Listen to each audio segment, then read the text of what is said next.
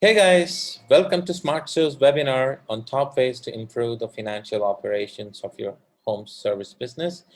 And this is Deepak, marketing head at SmartServ, and I'm going to be your host for the day. This is an untouched yet important topic that we would be covering, and I'm excited to see how it goes along with you. And also, we have put together some amazing content that you can implement it right after the webinar. And we have Ken and Lee as our panelists who would be walking you through the entire webinar, especially on the topics.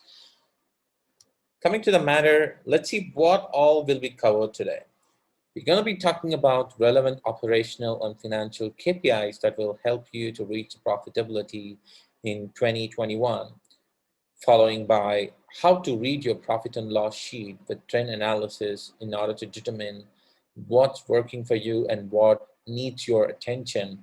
And finally, we're going to end up by doing a live pricing analysis by Lee, where he will be demonstrating what happens when you increase or decrease your service rates, followed by budgeting tips and tricks, which he had helped a lot of companies in the past.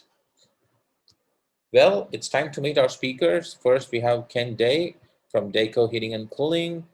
Ken holds 30 years of experience and has been with Dayco since 1990.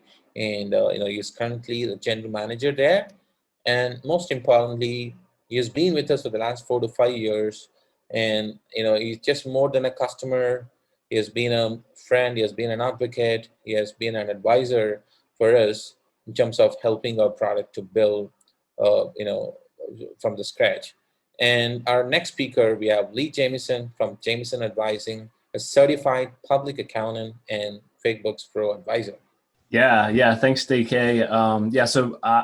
My name is Lee Jamison. I'm a CPA. I've been a CPA for about 10 years now, and I started my practice about 2 years ago after spending about 5 years in public accounting, and then I got the opportunity to work for one of the wealthiest families in the world for about 3 years. And what I did for them was really help them manage the financial operations of a lot of their service-based businesses.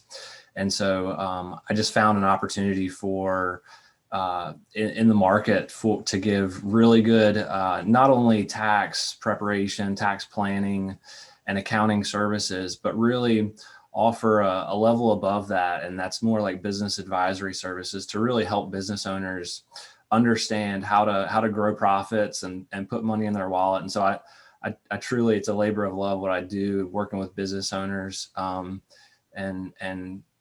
really love it.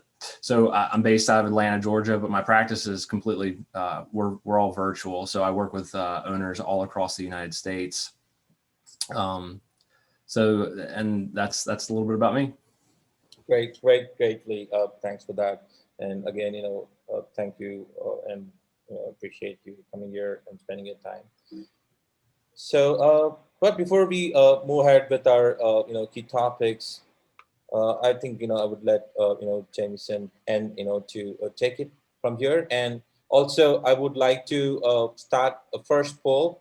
Where you just wanted to understand the attendees. So I'm just gonna throw one of the poll.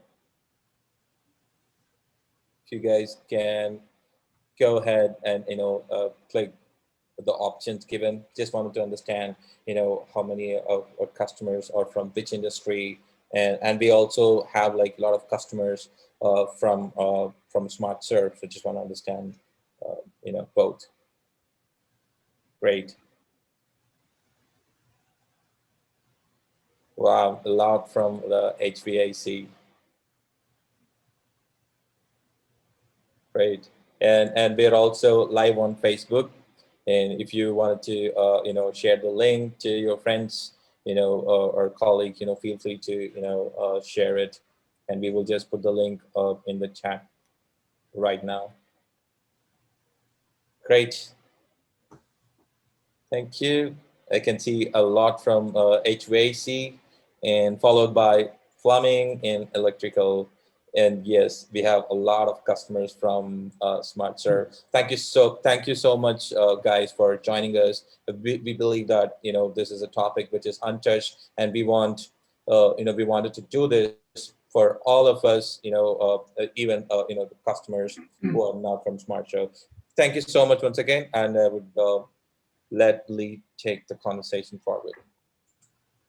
Yeah, awesome. Thanks, DK. So we're gonna head everything off here. We're gonna have just we're gonna pick Ken's brain because he's an industry veteran, and we're gonna get as much out of that brain as we can to give you guys a lot of good advice. And then we're gonna jump into some of the KPIs that we mentioned, some different accounting and financial trend analysis stuff, and some pricing analysis things as well. So we'll look forward to that. But the first few minutes here, really want to talk to Ken about his experiences as a business owner over the last several decades. And Ken, kind of my first question for you is, what are some of the biggest mistakes that you've seen other business owners make? And you can probably speak to this because you've maybe made some of these mistakes along the way. Oh yes. It recently came to light with COVID. I just throw that out there since it's there. Is when COVID hit, we had to make some serious changes in our company. I hadn't done my due diligence of actually diving into my expenses. The company had done well. Everything was flowing nice. Didn't have any complaints. And then COVID hit. And all of a sudden, I looked at it and I said, I got to cut $300,000 out of my expenses, and just to make this work and survive. And we had to get deep. I mean, get down into, insurances on vans. That van's not being used. We got a trailer, and we're still paying the insurance policy. Getting some of the payments off of our books. Selling some excess rigs. It got, it needed to be done. So not that ever COVID was a blessing, but this company needs to be dug into and find out where we're putting money that didn't need, because it just come in, flow out, and there was no complaints. But then I had to look at things harsh, and I'm gonna be honest with you, there was a couple personnel too that they were just overhead, and that we were able to go without. We survived fine. It was hard. They had been here a long time.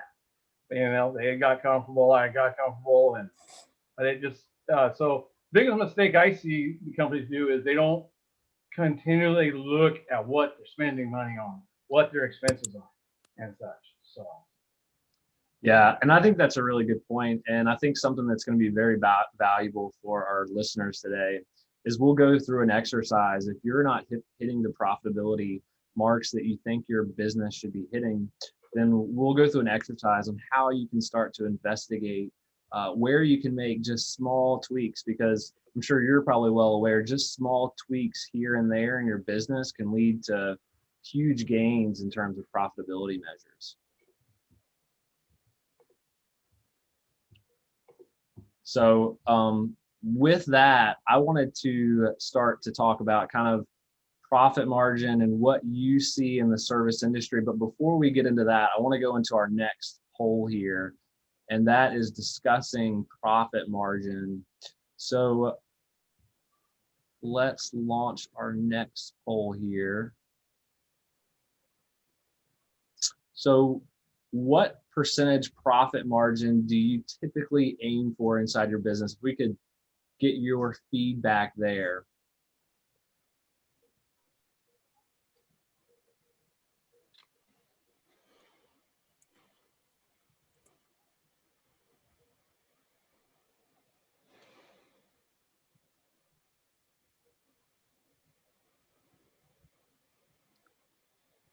So we've got about 35% of the vote in. I think that is pretty good. I don't know if this is a bad assumption, but maybe some are higher than 15, or maybe some folks just don't know. I'm not sure what the case is, but we've got about 50% of the vote in now. Yeah, there is a message from Chris Reed. He chose it like 25, but he wanted to, because we have the option for 12 to 15%. That's awesome. Yeah. Thanks, Chris. Good. Awesome feedback there, guys. I'm going to share those results with you. So we're kind of pretty evenly spread between 6 to 8%, 9 to 11%, 12 to 15%. Now, the industry average, what we've seen is kind of in that 4 to 6% range. And Ken, I want to get your thoughts on, is that right to you? And what are the net profit margins that you try to achieve inside your business? I try to achieve the most I can, that 15%, of course. But yeah, in a lot of the trends and in some of our years, we've been in that 4 to 6 place. And it's how we try to get out of that and make the right changes. We've made changes in the company. We've done things that weren't no longer, got out what was not profitable anymore. We'd always done it that way, always done it. We got out of new construction, we got out of fireplaces and things that just on the balance sheet, or I'm sorry, on the profit loss, they just did not bring in the money that with all the overhead you had to have with them. So it was looking at different service lines that weren't as profitable as others and kind of focusing on the more profitable service lines. Correct. And that, I mean, that's why we're really gearing into maintenance contracts and growing those. I mean, you go to our website, I don't sell them, it's decoheating.com, and we have 2 maintenance contracts. And I'm going to call it 90% of our advertising goes after maintenance customers, goes after getting my theory of thought is get and keep customers. The more customers I can get, the more customers I can keep, the better your company is. And not that I'm ever going to sell this company, but that's what makes the company valuable. I don't have to spend as much dollars trying to get that turnover of the guy that needs the heat pump all the time. My technicians are the ones finding my leads for them, which we'll talk about later. But they're the ones out there getting me the retros. And that's where the money is actually in the retros. And depending on how you go get it, is your part. So my goal right now, I focus on maintenance contracts, getting and keeping customers and keeping them happy that way. Yeah, that's interesting you say that. So your marketing has been, I see some companies focus on really trying to get those retros from their marketing, but your focus has been on the service contracts, and then the retros will come from that. Correct. Yeah, because if you're advertising to those guys that are out there looking for an HVAC contractor, usually they're not always looking for the price point that we're at. So yeah, we're at the higher price point. And if they're out there listening to the ads and they're calling every dealer in the book, usually we're not the company that we're going to get. Right. Good job. Makes sense. And we'll talk about that a little bit more in a second. But going back to the maintenance contracts, kind of how do you manage how many maintenance contracts versus, how many technicians you had? Is there something that you look at there? Yeah, it's basically, let's lay out a little bit. We do twice a year maintenances for customers. So I know some companies do once a year, but for every 500 maintenance contracts is 1 technician. That will keep a technician full with maintenance contracts and allow us to slide in some demand service calls during the busy times of the year. So that keeps them working all year long.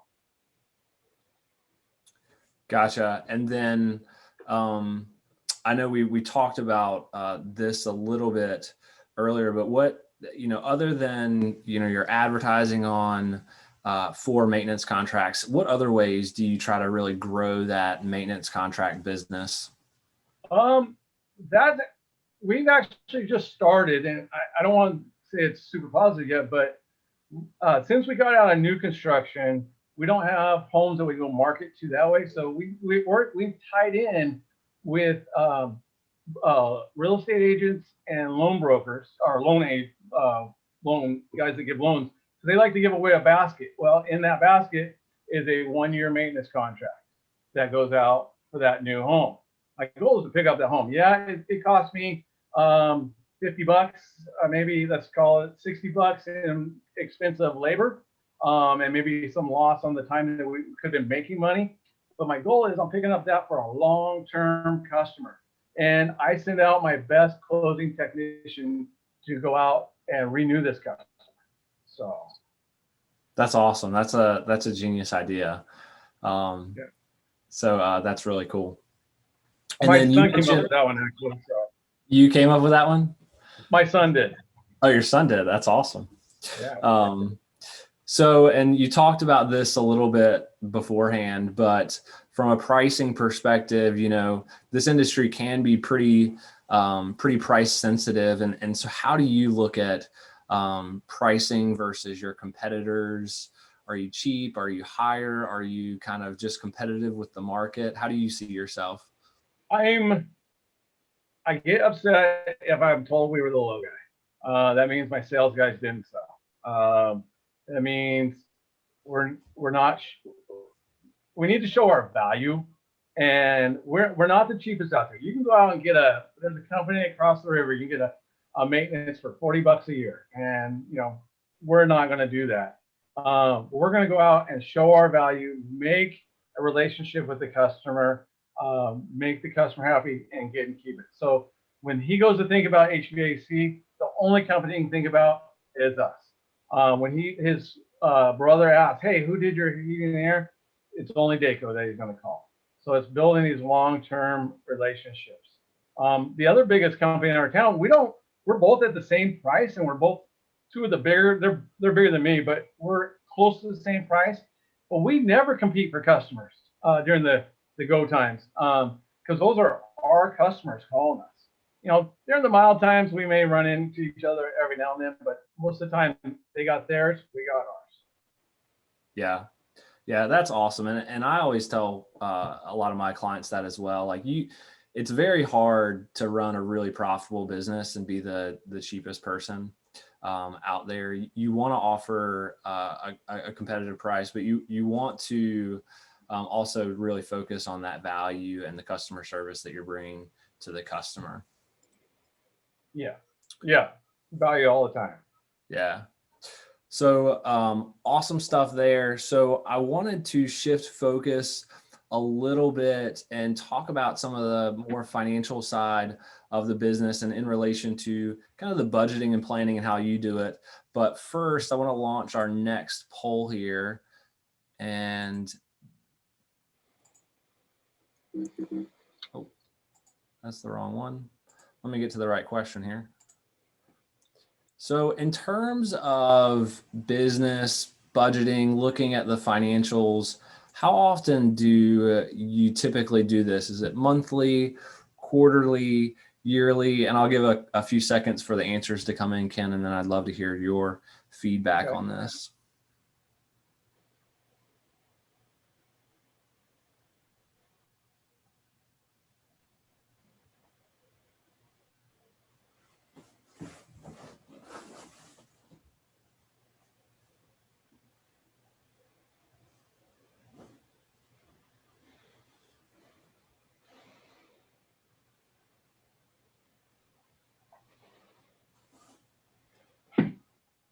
Awesome stuff.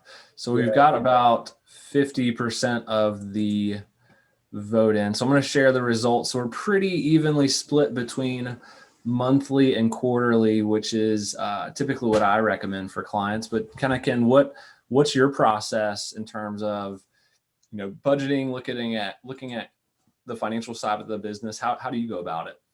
So for budgeting, we have one big meeting a year. We've had them already to set our goals. We call them goals, and then we look at it monthly. Did we make our goals? Did we hit our budgets? Are we getting our leads? I mean, I sat down. I didn't get to sit down. We had Zoom meetings with my technicians, and we set their monthly amounts. We set. The big part was I set the number of leads they're supposed to be bringing in a month. We hadn't done that before. That was a new one. I said, hey, you need to bring in this many, and we have it a little bit later where we share with the best technicians to bring this much. The least one should be at least bringing in this much, because look at the math. But we look at it every month. We set our one big budget at the beginning of the year, and then we look at it every month to make sure we're following. and then we tweak it. If we didn't make it, you can't just not get it. You got to tweak it somewhere to regain. And so, luckily enough, last year, which was we were shut down. I'm in Washington State. The governor shut everything down. We sat home for a little bit. We still made goal by the end of the year in retrofit. That's awesome. We didn't make it in service, but we did make it in retrofit. So. That's awesome. And then when you're looking at budget to actuals, do you use QuickBooks with that? Like how do you go about looking at it? QuickBooks. QuickBooks is been in our company since the 90s when my mother was there. And she said, we will never change. She ran the books and she laid it down that QuickBooks will never be changed, because she had done a change from the old Peachtree accounting to QuickBooks, and I wasn't involved in that, thank goodness, so we've never changed. Yeah, and that's what I found too. There's a lot of different accounting softwares out there, but QuickBooks is really still the industry standard, what I've found. And now, talking about QuickBooks and integrations and things like that, how do you guys utilize the SmartServ integration with QuickBooks?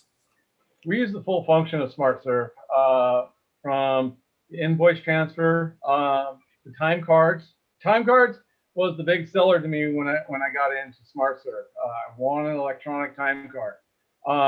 I have now even gone a step farther, and I'm working on it. I got my retrofit crews on SmartServ filling out invoices that go into SmartServ.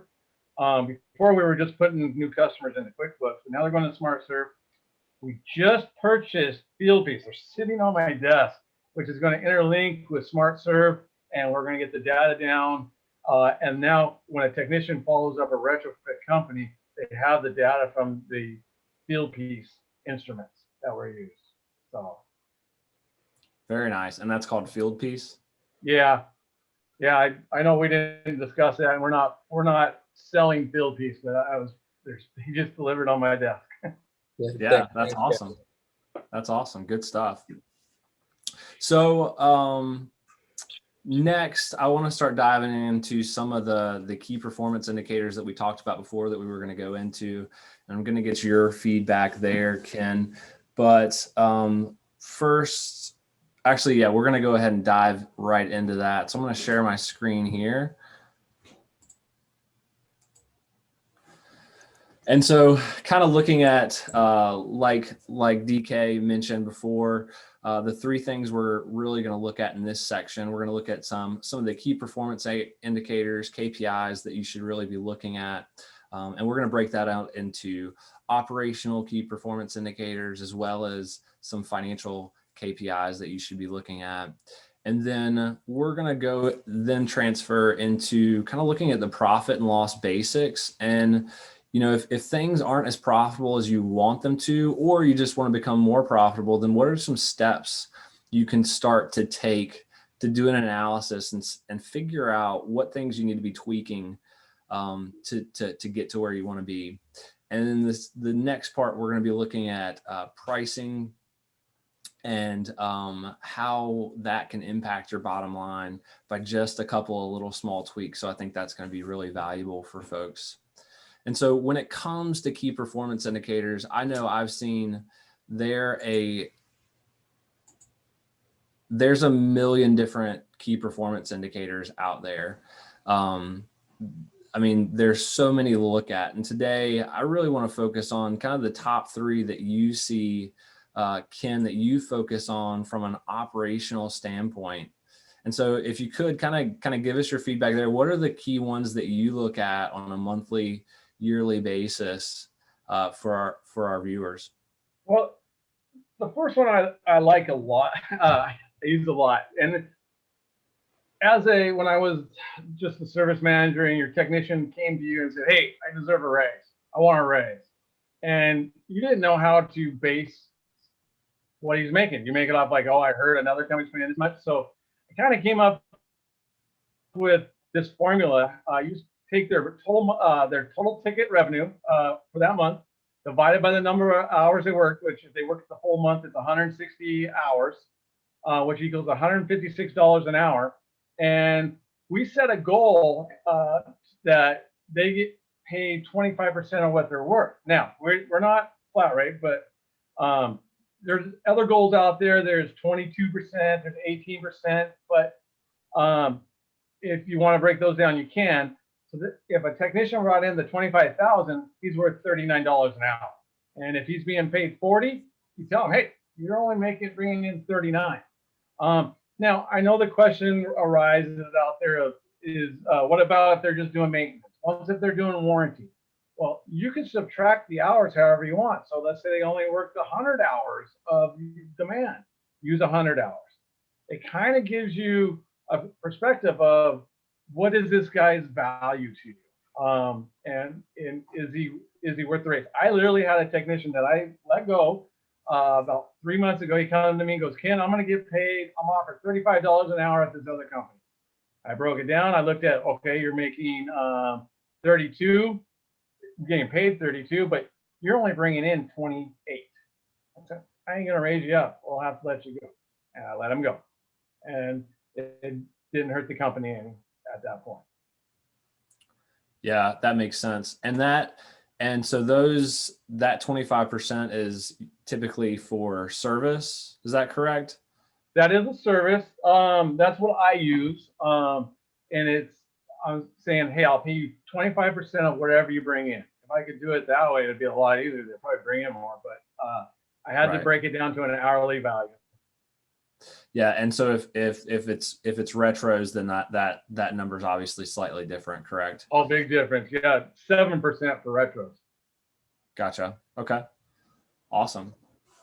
And then we talked a little bit about this earlier, how you were going to speak to it, but I know you base most of your marketing towards service contracts, and so you really want to get your retrofit leads from your techs. And so give us some numbers on how, your best techs do in terms of how many closed leads they're giving you per month. Yeah. So I do have a couple really good techs, and they bring in the 6 leads a month, which is 6 closed jobs. Our average price is, just for easy math, it's a little less than 10, but let's call it 10. So they're bringing in $60,000 worth of retro. Each technician is each month. So we went through and set their goals down and said, hey, this is what we'd like to see from you. Now, I do pay them spiffs and bonuses to bring that in. And if they hit a certain number, they get a little bit extra, which they drive for. So that's something that we're really starting to watch, because marketing for retros has never been my really strong suit. This has been my stronger suit. We kick in. I have every now and then when we're in our slow months, we'll have a promotion for the technicians to, hey, if you bring me in 2 closed leads, and we always count the closed leads. There for a while, we were just doing leads and leaving it up to the sales guy to close it. No, we're actually doing closed leads, because you can get some pretty far-fetched leads, because if the guys know they're going to get a $20 spiff if the sales guy calls this guy. So right, kind of got off of that portion. Awesome. And then in terms of your maintenance contracts, obviously those are yearly. So what do you shoot for in terms of your renewal percentage there, and how do you monitor that? I get a monthly report from my schedulers, because they have a list of customers, and they say this is who's renewed. I actually get it by the name, and we figure out how many people have renewed, and we look at it. In reality, is about 80%, because you're going to have the people that passed or moved or got a new system, even though they need maintenance, but just different scenarios. I keep it at 80%. If I start to drop below 80%, I actually dig down a little bit farther and start looking at, okay, which technicians were on these job sites? And if I get a repeat of losing customers from the same technician, we're going a little bit even farther. We're going to do some investigations. But if we stay over that 80%, just due to natural cause stuff, I don't dig deep on those contracts. Yeah. And I think that's a really good point. And that's with any, whether it's an operational KPI, a financial KPI, usually that KPI is just going to identify some sort of problem. It may not give you the exact answer, right? So your maintenance agreement renewals below 80%. You're going to have to dig a little bit deeper to really figure out what the problem is. Like, it's not going to give you an immediate answer. Would you agree? I agree. Yeah. It's a good mark-in. If it's below that, go find out why. And usually it's not your price. So that's not why customers are bailing. Yeah.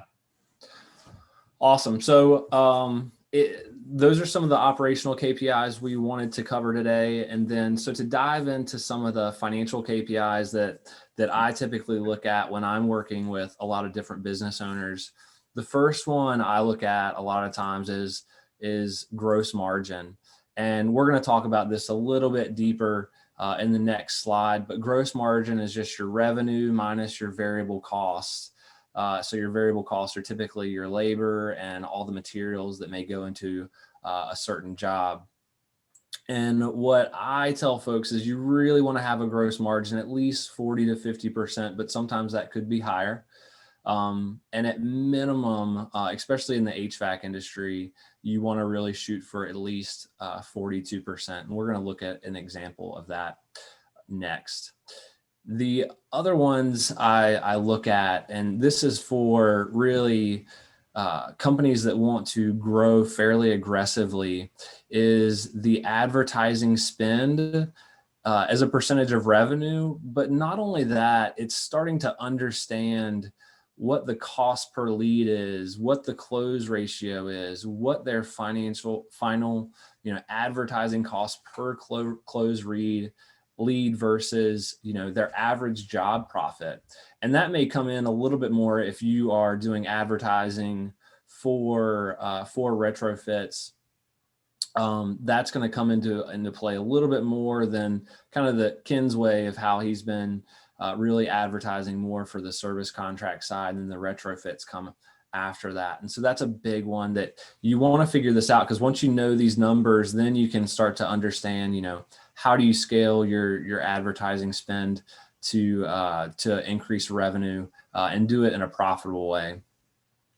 And then the last one, which we're going to dive a little bit deeper into in a second when we look at trend analysis, is really that net profit percentage. We had a poll about this earlier, but ideally you really want to be in the double digits of net profit percentage. But if you're higher, then that's great, but you can definitely look into this. And I know this is one thing from a tax perspective, a little bit, that this is, Ken, you mentioned you want to shoot for, at least double digits, but that's after kind of the owner's pay and owner's salary. Is that correct? Correct. Yeah. Yep. So bottom line, after I've been paid. Yeah. And so getting into certain tax classifications, which we're not going to get into today, you definitely want to factor that in when you're coming to your net profit percentage, because that may not always be the case if you elect certain tax designations. So kind of diving into the next section here, I want to look at the basics of a profit and loss statement. And this could be repetitive for some folks on the call, but I always think it's valuable to go over because not everyone is an accountant like me on the call. So it's always good to review this stuff every now and then. And so the first step up top, you'll see revenue. And that is really just all receipts that you've collected throughout the year. And then we talked a little bit about gross margin. Your gross margin is revenue less any of your variable costs. So that would be, labor or subcontractors that you're using, and then any parts and equipment that you have for any of the jobs that are going on. Now, another big one that I like to look at is this gross margin percentage. And so that is gross margin divided by revenue. And we're going to look at that in a little bit more detail in the next step here. Then you're going to have your fixed or administrative costs. And those costs could be administrative, salaries, marketing, vehicle expenses, your rent and building costs. These are things that don't necessarily fluctuate on a job by job basis. And then that is going to bring you to your net profitability, and your net profit percentage is your net profit divided by your revenue. And so what I want to do next is really, if you're not where you want to be from a profitability standpoint, what are the things that you can do to start to look at the historical trends and begin to evaluate, like, what can we improve and where? And so what I like to do is a historical trend analysis. And we're going to look at, you can do this on a monthly basis. You can do this on a quarterly, yearly. In fact, I would recommend to do it on all those, but we're going to look at a very simple example today of a 5-year trend analysis. And so the main ones we're going to dive into today are the gross margin percentage and the net profit percentage. Other ones I like to look at is revenue gross percentage if you're really trying to grow. And then especially if you are thinking about selling your business one day, then EBITDA, which is earnings, net profit before interest, taxes, depreciation. That's a big thing, which really shows kind of the cash flow that your business is generating. And I found that typically a lot of service-based businesses, depending on how they're structured, depending on how well they're run, you can usually get anywhere from 3 to 6 times EBITDA for your business. So that's one thing to keep in mind, is not only can you be earning a great wage from your business, but you're also building an asset that you can one day potentially sell if you or pass down to your family members if you'd like to. So the next step here is, let's look at, this is what I would call the perfect P&L. And so I want to first walk through this real quick, and then we're going to go through an example of how you can use this to start seeing a trend or a story that your financials are telling about your company, and how to put more money in your pocket by doing so. So if we look at this P&L, we see revenue 500,000 in 2016, and it's trending up pretty good each year, and we're even at about 1.2 million in 2020. And so we've got our labor and variable expenses here, and that brings us to gross margin. And you'll see our gross margin percentage right here. I've made it completely flat. So that means our pricing is basically right in line with our labor costs and our equipment costs each year. And so that's why I call this the perfect P&L. So obviously, if you look at your numbers, you're going to see a little bit of difference in these numbers over the years. Now, this fixed cost section, you'll see that these numbers slightly go up a little bit each year as well. And so while these are fixed costs, they will tend to trend up as your company gets bigger. The key thing to note here is that whether you do 1 retrofit or 2 retrofits, these numbers may not change very much, but as your company grows from a $500,000 company to a $1.2 million company or more, obviously you're going to be spending more on your vehicle expenses, on your marketing, your administrative costs, and things like that. So they are going to tend to increase over time with revenue. And then we'll look down here, we see the net profit percentage. It is a flat 13% across the board. And so what I like to do when I'm working with business owners is, what if we're not where we want to be? I like to start at the bottom. And so if we take this example and we look, and I just made one small change to this P&L, which I'll talk about, but we can start by looking at our net profit. And 2016 is exactly the same as the slide before.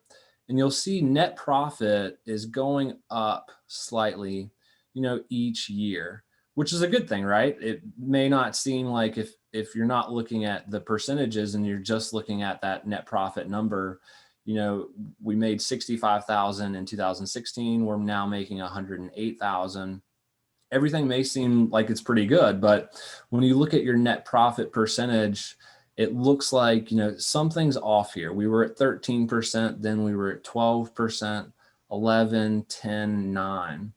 So this tells me that, you know, something is going on behind the scenes that we need to look into a little bit more. So the first area I go is, hey, what if we look at our gross margins here?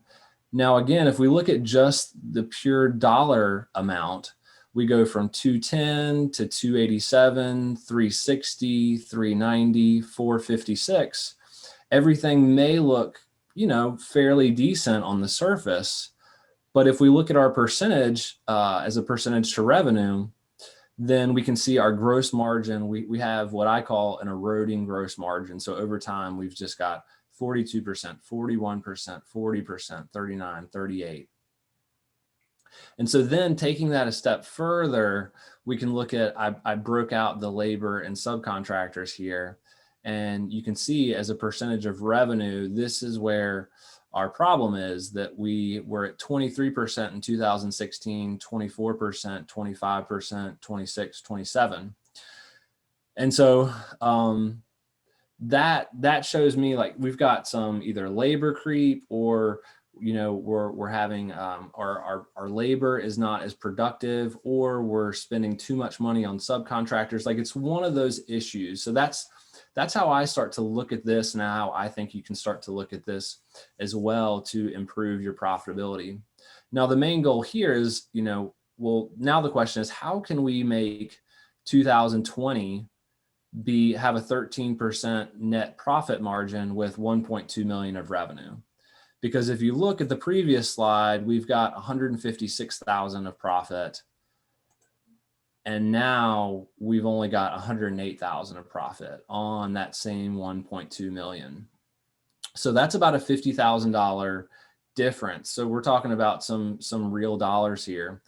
And you can do this analysis with not only, you know, your labor, but you can do it with your administrative costs. You can do it with your marketing, your vehicle expenses. You can do this across the board to see where your trends are and things like that. So that's how I like to look at these things. Ken, I'd love to get a little bit of your feedback here. Oh yes, definitely. Labor is the biggest creeper that you can get. Not say that incorrectly, but it will move up on you very fast. Either A, you've given raises out to all the guys. Guys have now, you're doing more work. Now they're working more overtime, which you didn't budget in the job. So maybe you need to hire another employee, so the overtime goes away. Labor management has always been an issue within our HVAC industry. I mean, there's trainers out there talk to us all the time about labor management, how to control labor, and there's different factors to look at it. And you know, the dollars are going up, but the labor factor is going up a lot faster. So you have to manage that closely. Yeah, for sure. And this even could be, it could not even be a labor issue, but it could also be a pricing issue as well. Yeah. So it could be that we just, that our price, like the labor could be a good number, and it's just that our pricing is just a little bit off. And so that kind of leads us into our next exercise, which is, I think is really valuable. And that's really a pricing analysis. But before we get into that, I want to ask a question and do a poll here.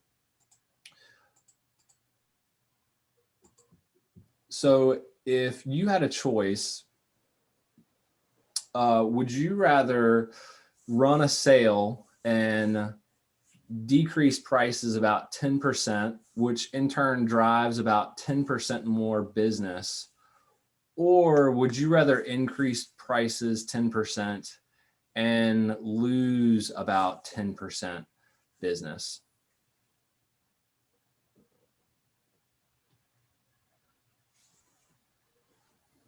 Good question.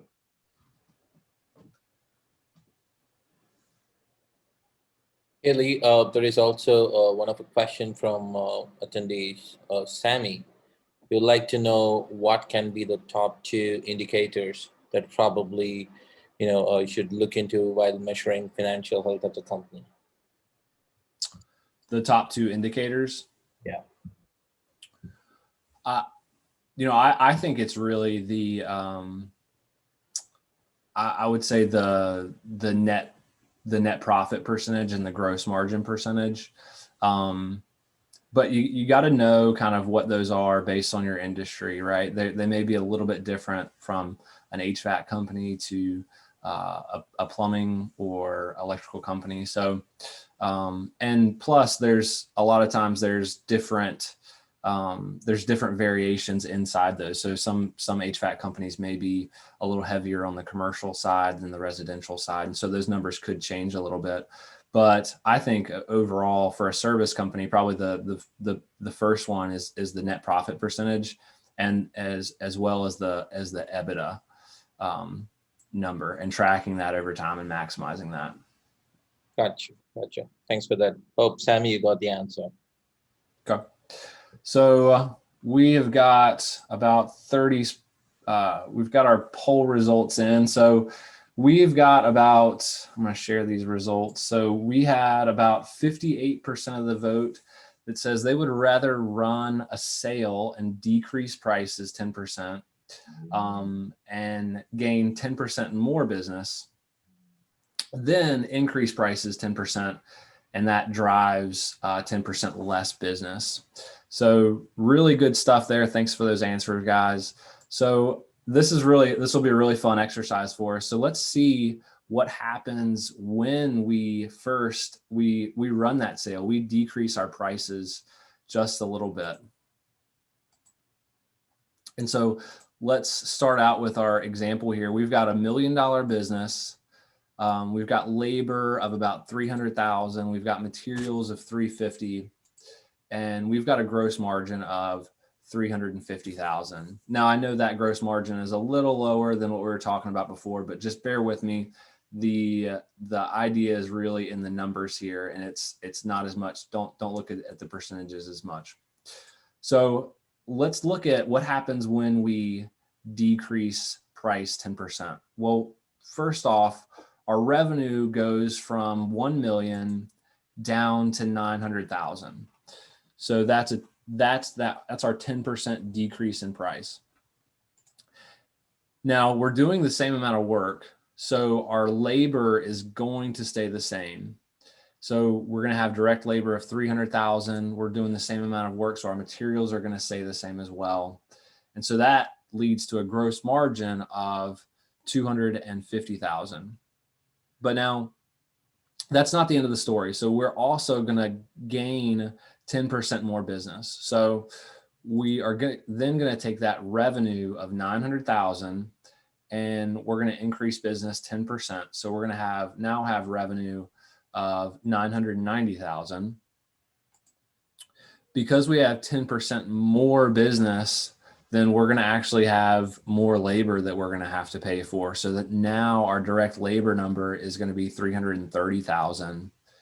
And the same thing with materials, that is going to go up 10% as well.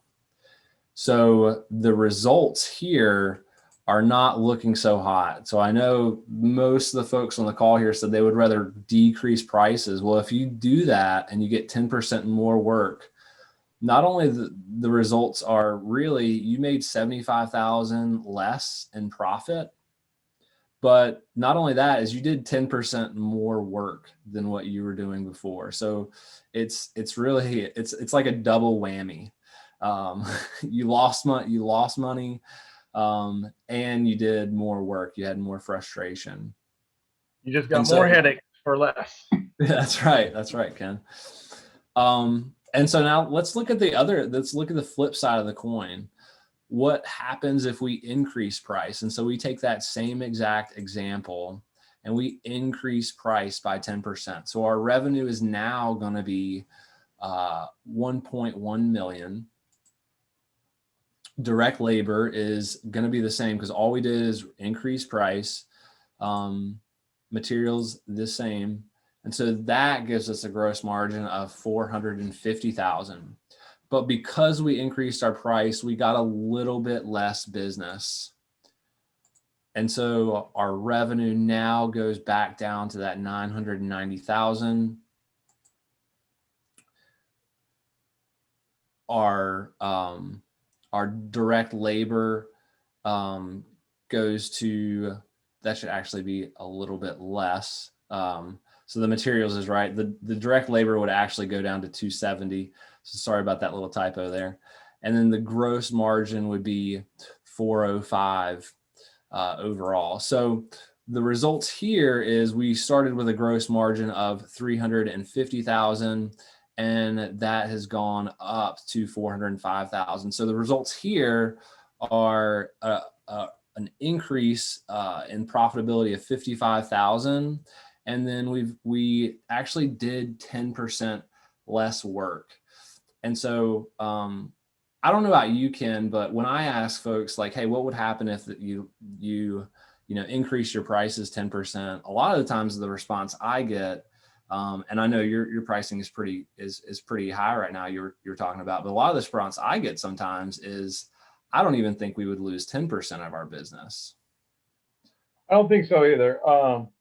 It's been proven, and you need to constantly watch it, even on your maintenance contracts, right? Looking at this, I texted my sales manager, said, raise our price. See if we can make some more KP profit. That's right.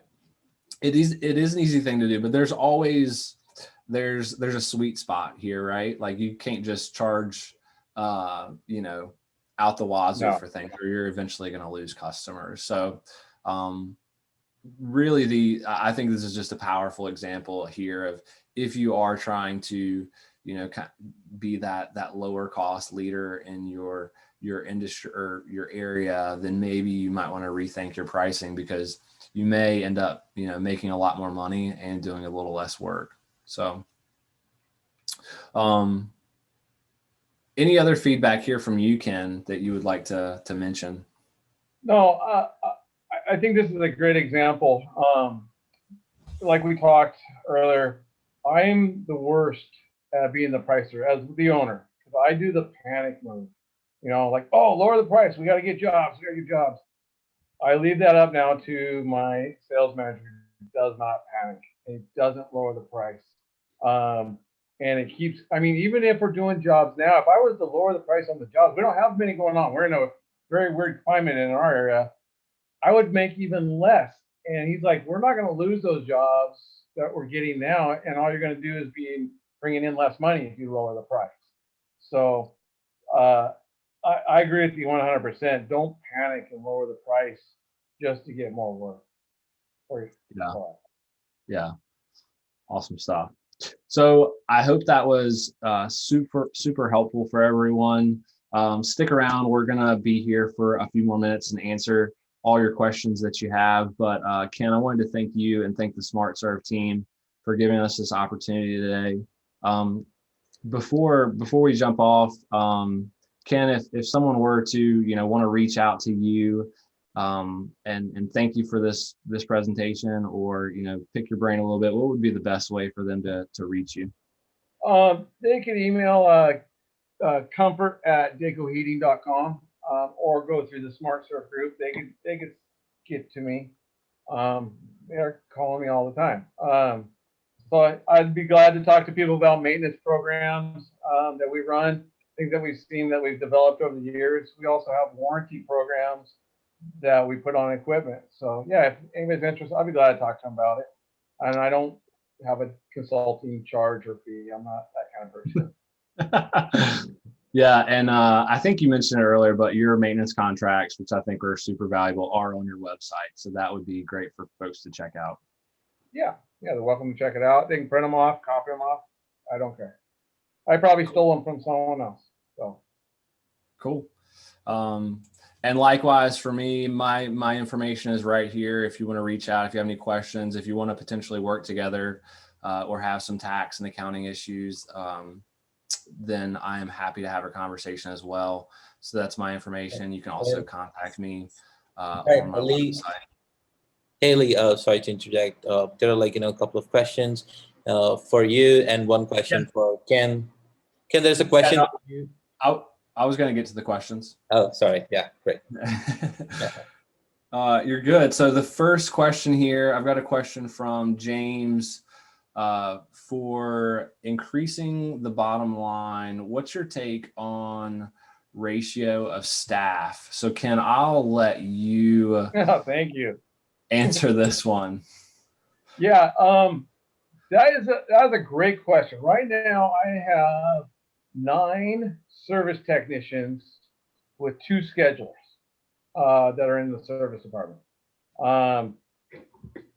And I believe with the number of maintenance customers that they're back there calling and dialing, I believe I could handle up to 11 to 12 technicians with the 2 schedulers. And after that, I have to look at getting another scheduler. If you got 1 scheduler, she should be able to handle 5 technicians pretty easily. Hopefully that answers your question. That's how I read it. Right? I think so. I think it does. Okay. Oh, and they mentioned text to schedulers. Yeah, that's what I'm talking about. Techs is technicians, I assume. The number of technicians. So if you call it 5 technicians to every scheduler. Okay. Yeah, that was his question. Perfect. So Scott had, James said yes. Scott had a question. This pricing analysis is very interesting, but I'd like to know if this kind of scenario applies to almost all business scenarios. Lee, any personal experiences with your clients? Yes, this is definitely you can apply a pricing scenario like that and to pretty much any industry, any business. It can definitely be a lot of times the fastest way to improve your bottom line. So that is a definite yes, Scott. And then Matt had a question for Ken. Ken, what's your take on first time fixed rate for increased profitability? Yeah, it's that is a great way to have profit in the service department. If you can, I know there's a lot of OEM parts and things that you just cannot carry. If you can have a parts runner in your local warehouse has it, keeping the guy on the job and getting a part there, you're better off. Because if you look at it, you can only charge the customer pretty much for the one trip. Let's say you're going to change the blower motor out $600, and you do it right then and there. That one trip time slot was worth $600. If you break that, you got to go back. That's now 2 time slots. Now those are only worth $300 a piece. So for profitability, first time fix is great. If you can, because there's a lot of parts out there and such. So but I do agree with Matt. That's the most profitable way for service. Okay. Awesome stuff. Any other questions?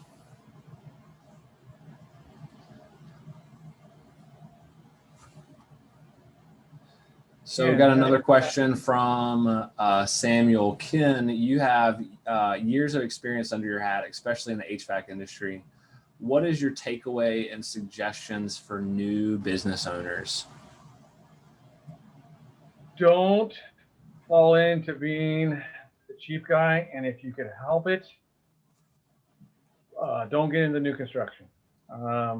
If you can help it, base yourself around a profitable service company, because service can be profitable and grow and keep your customers forever. Once they become yours, they're more valuable than anything else. You don't want to lose them. Even if you have to give them a free something every now and then, if you screwed up, keep your customers. Little backstory on Daco right quick is, and the reason I said don't get into new construction is, when I dove down and find out when we're losing money, we're literally losing $100,000 a year in new construction just to do it, and it was our worst. So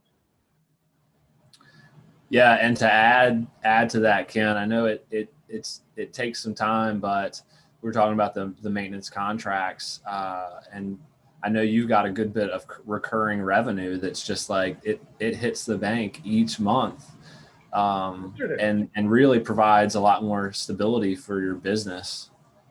Yes, yeah, the renewable, the auto pays, the $15 a month. We got one that's $35 a month. The customers like those. They like those because it's not a big check they have to write. So I like them because, you know, I'll just be honest with you. Yesterday we got paid $28,000 to hit our banking account from our monthly renewals. So that helped make payroll. So a little backside on that. That's not being a brag. Everybody loves cash flow. And I'm like, oh, we got paid. Yeah, and it's a great. And the other thing is, if you ever want to sell your business, I mean, it makes it way easier because you can tell a potential buyer, hey, I've got X amount of revenue that it's going to come in the door as long as you don't screw things up right after you take over, right? And that really is that's a huge upside right there, and it really adds value to your business. Anything else? So awesome. Any other questions? Oh, here's another one. So Scott says, as a business owner, it's tough for me to spend time looking into financials. How and on what? On a higher level, should I look into on a quarterly basis?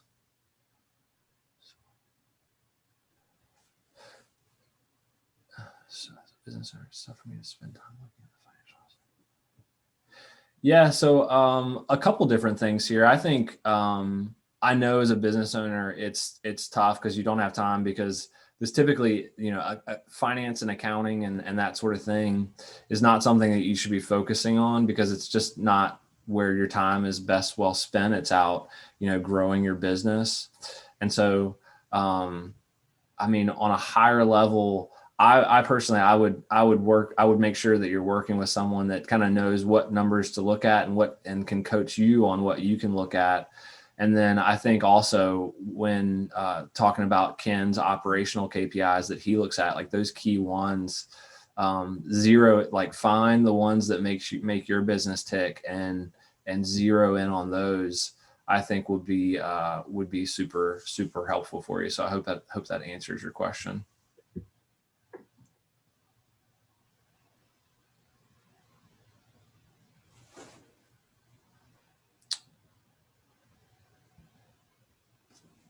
All right. Any other questions?